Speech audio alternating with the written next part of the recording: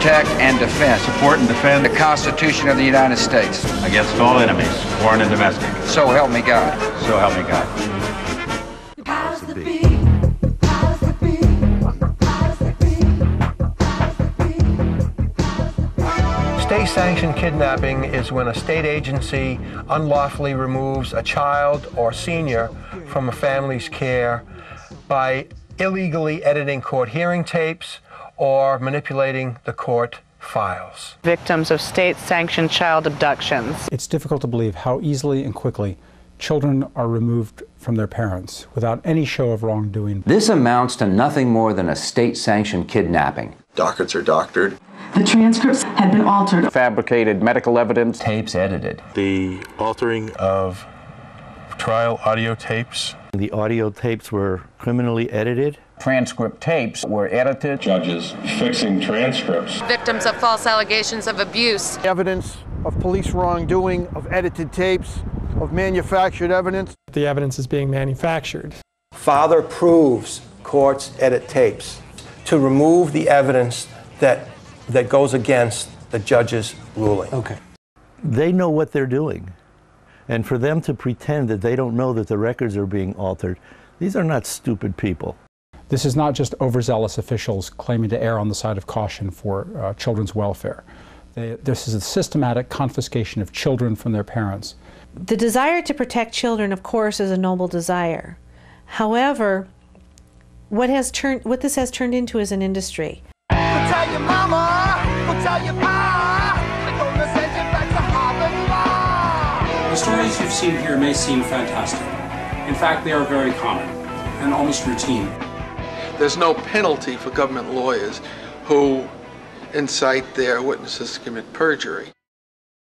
There's absolute immunity for prosecutors that could make conduct illegal and prosecute with the full force of government to create crimes.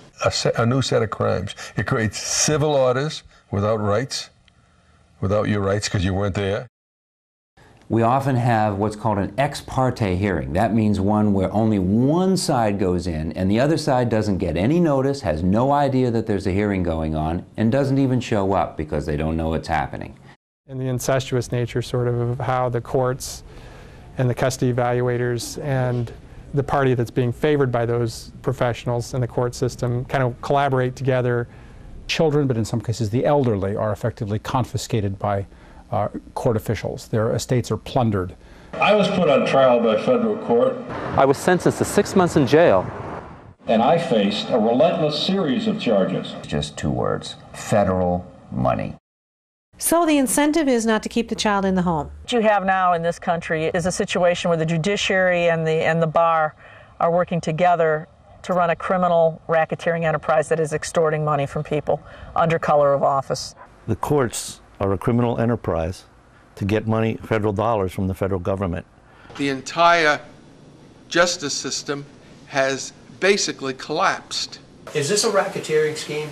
It certainly is. It's racketeering, it's extortion, there's a whole bunch of crimes that are going on. And you have judges that are accountable to no one. We're standing in front of the Billerica House of Correction where I was wrongly incarcerated for most of the 5.5 months until my mother was able to remortgage the house to come up with the $50,000 cash bail that was required. If you don't pay us this $150 per hour for the next 5 years, we're going to take the kid away from you. That's a little bit more of an extortionistic demand, because that results in money going directly into the pockets of the private individuals and agencies who are benefiting from this public process and using their authority as governmental agents to extort money out of a parent. I not only discovered that the courts edited hearing tapes, but I discovered the motivation behind their doing these criminal acts, and that is massive federal funding. The entire judicial system is corrupt. They lost for gold. Your vote is sold. Take back the soul of our nation. What they do is they offer the state a bribe or a federal incentive to be involved and conduct themselves in such a manner. Well, does it create statistics? Is it meant, I don't know that it's meant to create statistics, but it creates cases. And if cases create grants, then so be it.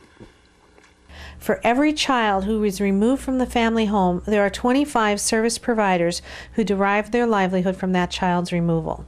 They have a vested interest in maintaining their income.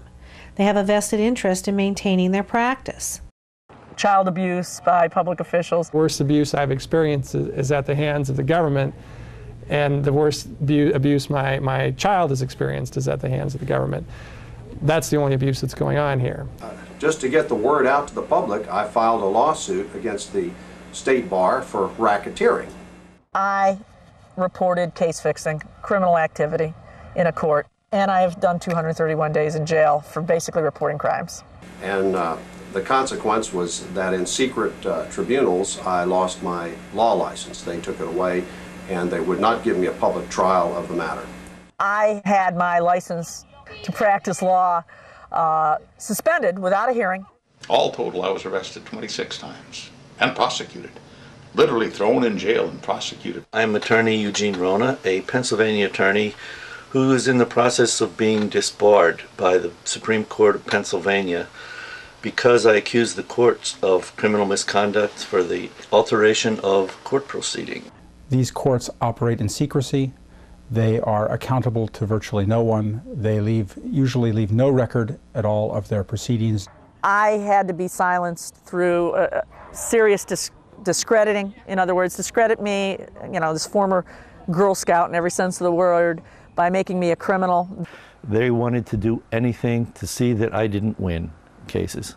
Lawyers who merely reported that their clients' tapes were illegally edited, boom, they're gone. Yeah. They're terrorized, they're beaten, they're thrown in jail. If I've been beaten, I've been thrown in jail unlawfully, I've been fined $20,000 unlawfully, and I've witnessed other political activists like myself who want to expose this being thrown in jail unlawfully.